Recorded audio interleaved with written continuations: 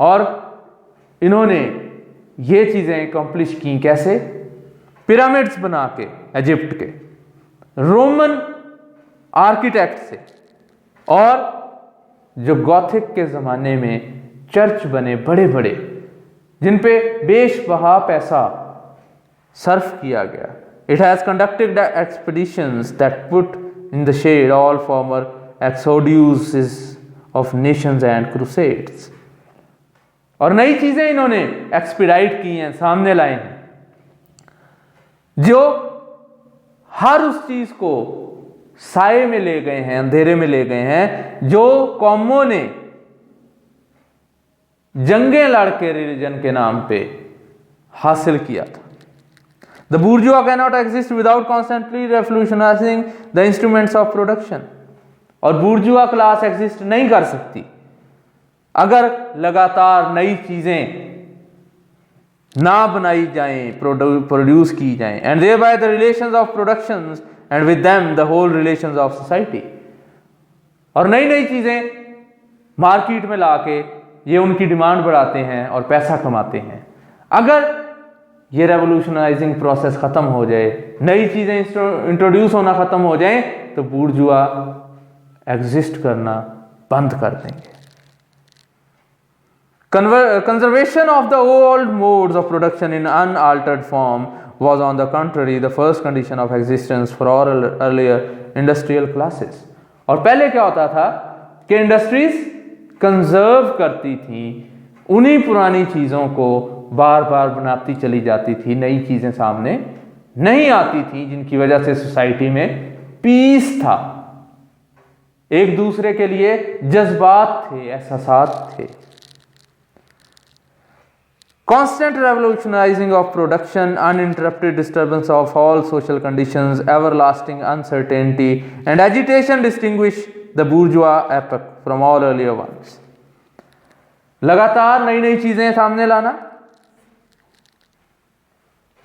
uninterrupted disturbance of all social conditions, society में वो कोई डिस्टर्बेंस नहीं करते, everlasting uncertainty and agitation, और अनसर्टेनिटी पैदा करके रखते हैं, लोगों को उलझाए रखते हैं नई नई चीज़ों के ज़रिए से कि कल पता नहीं क्या हो जाएगा, और एजिटेशन, और वो आपस में एक दौड़ में लगे हुए हैं, कंपटीशन में लगे हुए हैं। ये चीज़ें डिस्टिंग्विश करती हैं, डिफरेंशिएट करती हैं बूर्जुआ को तमाम पहले वाले लोगों से। All fixed fast frozen relations, रिश्तों को फिक्स कर दिया एक जगह पे, on the grounds of money दे है, फास्ट फ्रोजन रिलेशंस, और अब रिश्तों में वो गरमाइश, वो एहसासात, वो जज्बात नहीं है।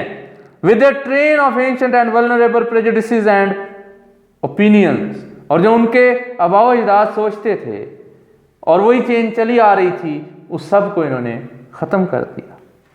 आर स्वेप्ट अवे, वो तमाम चीज़ें उनसे छीन ली गईं। All new formed ones become antiquated before they can ossify, और अब नई चीज़ें उनको पेश कर दी हैं, जिसमें सबसे मेन चीज़ है पैसा। All that is solid melts into air, और जो चीज़ पुख्ता है उसको हवा में उड़ा दिया। All that is holy is profaned, और जो चीज़ मजहब सिखाता है उस सब को ताक पे रख दिया। And man is at last compelled, और इंसान को आखिर मजबूर कर दिया to face with sober senses his real conditions of life and his relations with his kind, कि वो अपनी अकल इस्तेमाल करे अपने रिश्तों में, और अपनी ज़िंदगी में आने वाले तमाम मुश्किलात का मुकाबला अपनी अकल से करे, और उन लोगों के साथ रिश्ता रखे जो उसके बराबर है। The need of a constantly expanding market for its products chases the bourgeois over the entire surface of the globe. और ये जो ज़रूरियात हैं बढ़ती हुई मंडी की, मार्केट की, उनके प्रोडक्ट्स के लिए, वो सोच हर वक्त बूर्जुआ क्लास के जहनों पे सवार है और वो उसी दौड़ में लगे हो। इट मस्ट नेसल एवरीवेयर, और ये सोच हर जगह मौजूद होनी चाहिए। सेटल एवरीवेयर, हर जगह अपना बसेरा करे। एस्टैब्लिश कनेक्शंस एवरीवेयर, और हर जगह अपने कनेक्शंस बनाए। The bourgeois has through its exploitation of the world market, और बूर्जुआ ने एक्सप्लॉइट करके वर्ल्ड मार्केट को given a cosmopolitan character to production and consumption in every country. हर मुल्क में एक ही तरह की जरूरियात पहुंचाकर उन लोगों को अपना आदी बना लिया। To the great jargon of reactionists, it has drawn from under the feet of industry the national ground on which it stood. Reactionists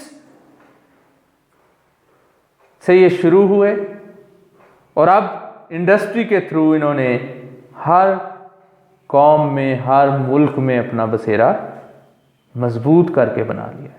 All old established national industries have been destroyed. तमाम पुरानी national industries जो थीं, जो पुराने दौरों में बनाई गई थीं, उनको मुकम्मल तौर पे बूर्जुआ ने बर्बाद कर दिया। और आर डेली बीइंग डिस्ट्रॉयड, या हर नए रोज उनको तबाह किया जा रहा है। They are dislodged by new industries, और उनको हिला के रख देते हैं, झंझोड़ देते हैं नई चीज मुतारिफ करा के। Whose introduction becomes the life and death question, जिसको मुतारिफ करा के जिंदगी और मौत का सवाल बना देते हैं। फॉर ऑल सिविलाइज्ड नेशंस, तमाम डेवलप्ड नेशंस के लिए, by industries that no longer work up indigenous raw material, ऐसी इंडस्ट्रीज इंट्रोड्यूस करवा के जो रॉ मटेरियल को इस्तेमाल नहीं करते बल्कि कोई नई चीज बना रहे हैं, but raw material drawn from the remotest zones, और वो जो रॉ मटेरियल है वो कहां से आ रहा है? अंडर डेवलप्ड कंट्रीज से। Industries whose products are consumed, और वो इंडस्ट्रीज लगा दी गई हैं कि जिनके प्रोडक्ट्स बिकते हैं, और पुरानी इंडस्ट्रीज के प्रोडक्ट्स बिल्कुल नहीं बिकते मार्केट में। Not only at home but in every quarter of the globe. ये सिर्फ वो अपने होम में नहीं कर रहे, अपने घर में, अपनी पेरेंट कंट्री में, बल्कि पूरी दुनिया में ऐसा ही कर रहे हैं। इन place of the old wants, पुरानी चीज़ों की डिमांड की जगह satisfied by the production of the country, जिसको वो मुल्क खुद पूरा कर लेता था, वी फाइंड न्यू वांट्स। हमें नजर आता है कि लोगों में अब नई चीज़ों के लिए ख्वाहिशात हैं। रिक्वायरिंग फॉर देयर सेटिस्फैक्शन, उनकी तस्कीन के लिए, the products of distant lands and climbs, वो प्रोडक्ट्स उन तक पहुंचा दिए जाते हैं जो मुख्तलिफ ममालिक में दुनिया में मौजूद हैं, वहां से लाकर। In place of the old local and national seclusion and self sufficiency, उस चीज की जगह जिसकी डिमांड वो कंट्री, वो मुल्क, वो कौम खुद कर सकती थी पूरी, उसकी जगह उन्होंने क्या किया? We have intercourse in every direction, universal interdependence of nations, कि पूरी दुनिया को एक दूसरे के ऊपर डिपेंडेंट कर दिया कि अब हम दुनिया में मुख्तलिफ जगहों से चीज़ें मंगाकर अपनी कौम की ज़रूरियात को पूरा करते हैं।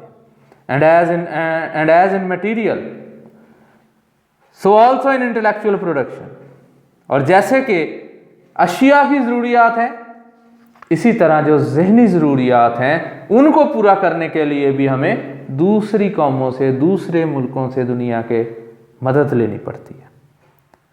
The intellectual creations of individual Nations become common property, और ये जो सोच बनाना है मुआशरे की, वो भी एक कॉमन प्रॉपर्टी है जो कंट्रोल की जाती है बाहर से। National one sidedness and narrow mindedness become more and more impossible, और ये जो कौमों का एक तरफ झुकाव है और जो तंग नजरी है, इससे बचना अब नामुमकिन हो गया है। And from the numerous national and local literatures there arises a world literature. और मुख्तलिफ कौमों का जो लिटरेचर है और जो हमारा अपना लिटरेचर है, उसको मिलाकर एक नई चीज आ गई है जिसको हम कहते हैं वर्ल्ड लिटरेचर। ये जो ग्लोबलाइजेशन हो रही है, ये जो एक कॉन्सेप्ट आ गया है नया ग्लोबल वर्ल्ड का,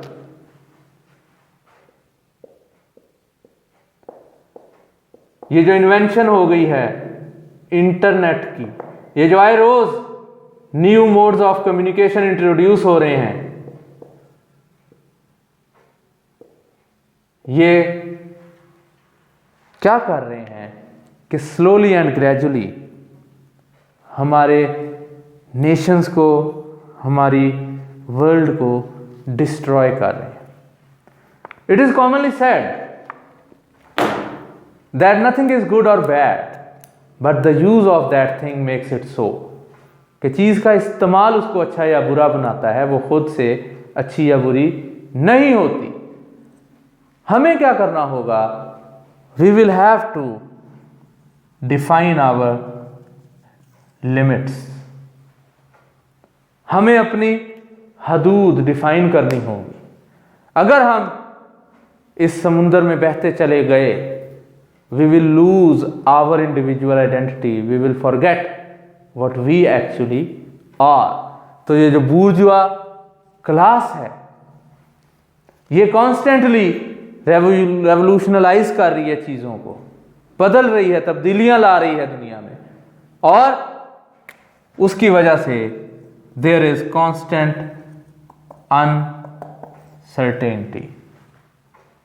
you are becoming slaves of material, of things, and you have lost all the virtues and morals which are of utmost importance for becoming a human being। यहां तक इस चैप्टर को आप revise कर लेंगे। अगर इसमें कोई बात आपको मुश्किल लगे